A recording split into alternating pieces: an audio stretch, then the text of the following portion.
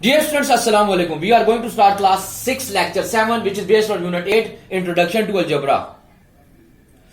जी तो students, introduction to algebra unit 8 में सबसे पहले हम कुछ डेफिनेशंस को थॉरली स्टडी करेंगे। डेफिनेशंस क्या हमारे पास, सबसे पहले मैंने लिखी है सेंटेंस। एक सेंटेंस क्या होता है जी, पहले उसको मैं डिफाइन करता हूं। Sentence is a set of words और symbols that convey some meaning.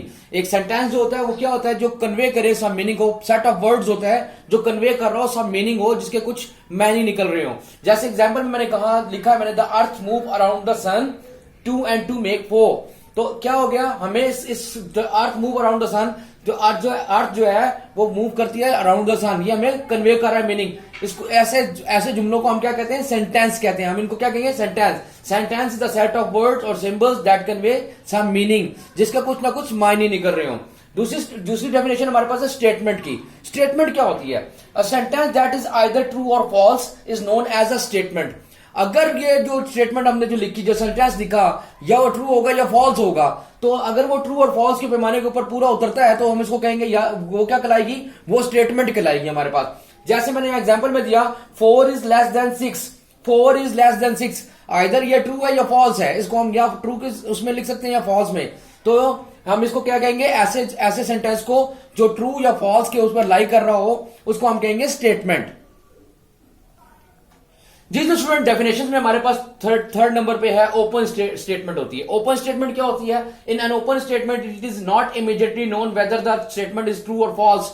जिसमें हमें ये ना पता चल रहा हो कि ये स्टेटमेंट ट्रू है या फॉल्स है, और इमीडिएटली हम उसको फैसला ना कर सकें, और उसमें all the information are not given, उसके अंदर इंफॉर्मेशन कंप्लीटली ना गिवन हो, हम ऐसी स्टेटमेंट को कहेंगे ओपन स्टेटमेंट। जैसे मैंने एग्जाम्पल में लिखा 3 प्लस ये बॉक्स है इज इक्वल टू 7, यानी कि एक उसमें वर्ड मिसिंग है जो उसको कंप्लीट करता है, और मिसिंग वर्ड जो हमारे पास होगा, ऐसी स्टेटमेंट को हम ओपन स्टेटमेंट कहेंगे।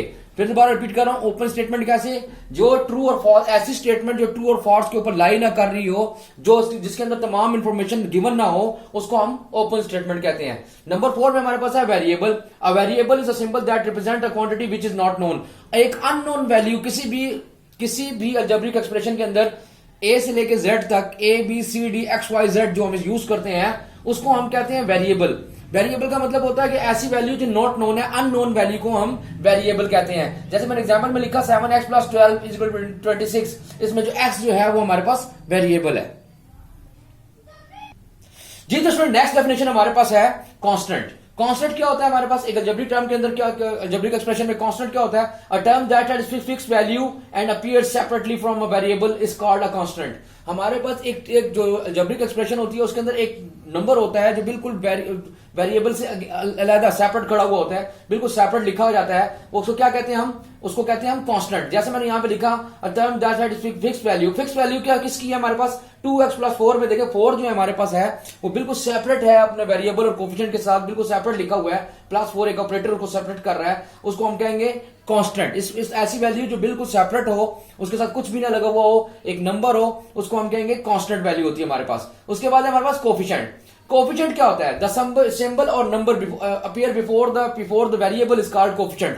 यानी वेरिएबल के साथ पहले, बिफोर वेरिएबल, हम या तो नंबर होगा या सिंबल होगा या नंबर होगा, उसको हम कहेंगे कोफिशिएंट। जैसे 2x + 4 में x के साथ जो बिफोर x जो है हमारे पास 2 लिखा हुआ है, 2 जो है हमारे पास कोफिशिएंट कहलाएगा। कोफिशिएंट क्या है, द सिंबल और number appearing before the variable is called a, variable से पहले कोई भी नंबर या सिंबल जो हमारे पास होगा वो कोफिशिएंट कहलाएगा हमारे पास। जी तो स्टूडेंट, हमारे पास नेक्स्ट डेफिनेशन जो है वो है टर्म की। अब टर्म्स में हमारे पास दो तरह की टर्म्स आती हैं, लाइक टर्म्स और अनलाइक टर्म्स। पहले टर्म को डिफाइन कर लेते हैं। द नंबर और letter separated by the operators and algebraic expression is called terms. अब टर्म्स क्या होती है हमारे पास, टर्म क्या होती है कि हमारे पास जो नंबर होता है या सिंबल कोई भी होगा, जो प्लस माइनस डिवाइड मल्टीप्लाई के साथ लिखे जाएंगे, तो हमारे पास क्या होगा, जैसे मैंने एग्जांपल दी a + b, जिसमें a + b एक ऑपरेटर जो हमारे पास है, प्लस का ऑपरेटर यहां पे यूज हो रहा है, तो दो टर्म्स हैं, a और b आर द 2 टर्म्स हमारे पास आ गई, ये टर्म कहलाती है। द नंबर और letter separated by operators in an algebraic expression are called terms. ये पूरी टर्म है, a + b एक टर्म है और b दूसरे सेकंड टर्म है। उसके बाद आ जाते हैं लाइक टर्म में। Like term, 2 terms are differ only in their numerical values and do not differ at all. हमारे पास सिर्फ न्यूमेरिकल वैल्यू में, यानी कि 1 2 3 4 5 6 न्यूमेरिकल वैल्यू जो है, इसमें हमारे पास डिफर करें वेरिएबल डिफर ना करें आपस में। कैसे? If two terms are differ only in their numerical values, हमारे पास न्यूमेरिकल वैल्यू में जैसे 2a और 5a मैंने लिखा, एग्जांपल दी देखें 2a और 5a आर लाइक टर्म्स। अब a और a जो है देखिए उनका वेरिएबल सेम है, लेकिन उसके जो न्यूमेरिकल वैल्यू है 2 और 5 है। न्यूमेरिकल वैल्यू को चेंज होने से कोई फर्क नहीं पड़ता, हमारे पास जो वेरिएबल है और वेरिएबल की जो पावर है, जो एक्सपोनेंट है वो सेम हो रहेगा, तो हम उसको कहेंगे लाइक टर्म्स। जी तो स्टूडेंट हमारे पास नेक्स्ट डेफिनेशन जो है वो है अनलाइक टर्म्स की। अनलाइक टर्म में क्या है जी, हमारे पास differing terms are called unlike terms. Differing terms का मतलब क्या है कि जिनके वेरिएबल भी सेम ना हो, और जिनके वेरिएबल सेम ना हो वो क्या आएंगे, डिफर कर देंगे आपस में। ऐसी टर्म्स को हम कहेंगे वो अनलाइक टर्म्स होती है। जैसे मैंने यहां पे लिखा 2a और 3b दोनों अनलाइक टर्म्स हैं। उसके बाद हमारे पास क्या है, नेक्स्ट जो हमारे पास है अलजेब्रिक एक्सप्रेशन। अब अलजेब्रिक एक्सप्रेशन क्या होती है हमारे पास, any numeral variable or combination of numeral and variable connected by one or more signs or fundamental operations plus minus divide multiply is known as algebraic expression। अब हमारे पास कोई भी numbers, कोई भी वैल्यूज जो आपस में प्लस माइनस के साइन के साथ, डिवाइड मल्टीप्लाई के साइन के साथ इकट्ठा हम लिखते हैं, तो उसको हम क्या कहते हैं, एक अलजेब्रिक एक्सप्रेशन कहते हैं। अब इसकी एग्जांपल मैंने दी है, देखिए हमने लिखा हुआ a प्लस बी हमारे पास एक अलजेब्रिक एक्सप्रेशन है। उसके बाद 4x plus 2y plus 3z मैंने लिखा, ये हमारे पास एक और अलजेब्रिक एक्सप्रेशन है।